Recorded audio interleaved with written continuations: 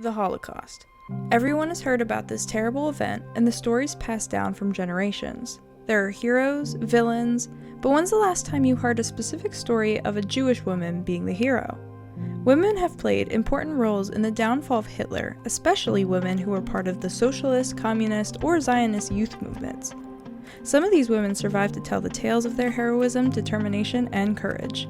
Even though many did not, their stories have not been forgotten. Overall, women were seen as nuisances and were believed to only be useful as cooks, cleaners, givers of medical care, and sexual partners in non-Jewish partisan groups. Therefore, they were treated terribly. However, within the camps, women's active role in the resistance was focused on sabotaging military equipment. Women commonly smuggled explosives in fights against the Nazis. Since women weren't allowed in the military, women turned to chemistry and learned how to create bombs and grenades using pipes, coal powder, and sugar.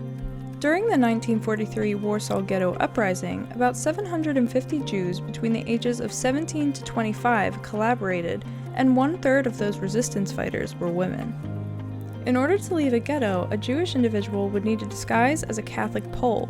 This task would prove easier for women than men because there was no physical marker of their Jewishness like men had. When Jewish women would escape, they would attend Polish public schools and would study how they acted in order to pass as Christians. Many of these women were known as courier girls, who brought information to the ghettos. Courier girls dyed their hair, took off the Star of David armbands, smuggled information, falsified Aryan papers, hid weapons in marmalade jars, sacks of potatoes, designer handbags, and more.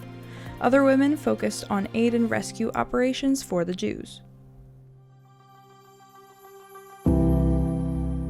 Marisa Diena was a partisan spy born in Turin, Italy. Once the Nazis took over her hometown, she fled to the mountains around Torre Pellice to join the partisans.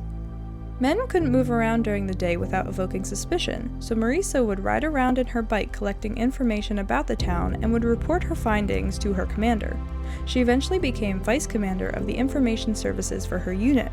She trained other young women to be fellow spies and couriers.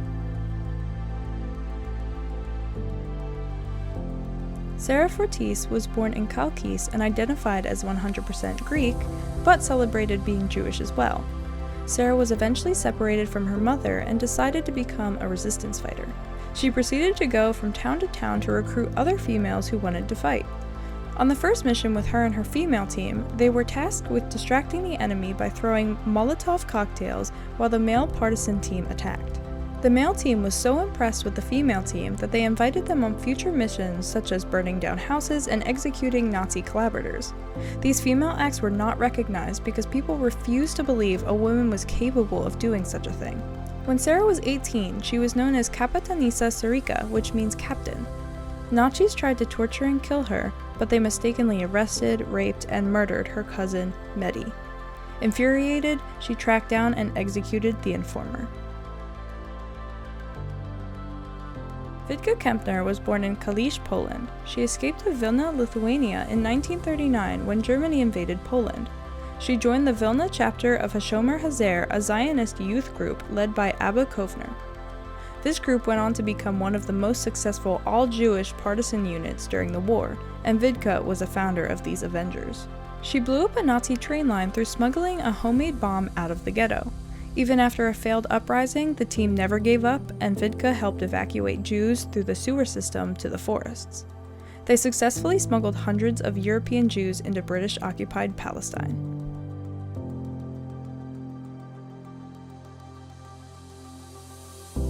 Hanna Szenes was a Hungarian Jew, poet, and lyricist. In the Allied forces, she was a paratrooper. She volunteered to return to Nazi-occupied Europe to fight the Nazis, however, she was caught early on, although she was rumored to look into the eyes of her executors as they shot her.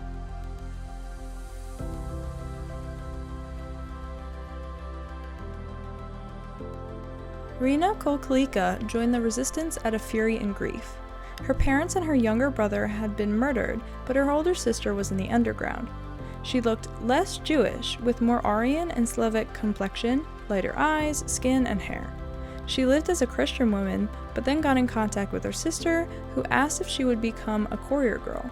She agreed and proceeded to meet with the weapon dealers in cemeteries, taped guns to her torso, hid money in her shoes, smuggled 22 fake IDs and undergarments, and more. She also rescued Jews from the Warsaw Ghetto.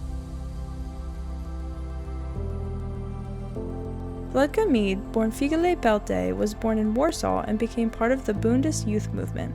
She was put into the Warsaw Ghetto and joined the underground. She also looked good and was asked to work outside the ghetto. She bribed the head guard and carried a map of Treblinka in her shoe when she went out to work for forced labor. Vladka would spoon dynamite and other weapons into the Warsaw Ghetto walls to hide it. She also did some rescue work with mainly children, finding them hiding spots and homes and rehoming them if their spots were compromised. After a mission, Meed and some other fellow smugglers heard shooting while climbing over a wall. She was left in plain sight for a while with dynamite until 2 people came running to her rescue to get her down from the wall.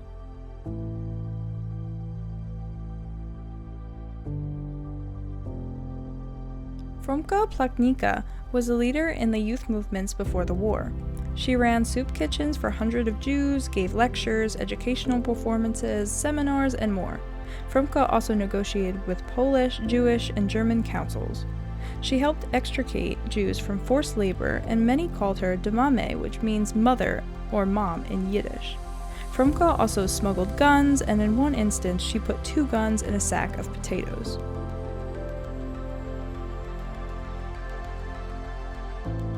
These are only a few stories out of many Jewish women who rose up to fight against the Nazis. So why don't we hear about these stories? It's because their stories weren't public until the 1980s to 1990s. Many believed that feminists should not politicize the story, so their heroic acts were swept under the rug. There are so many stories just like these that deserve to be heard. I would love to see a movie about these brave women.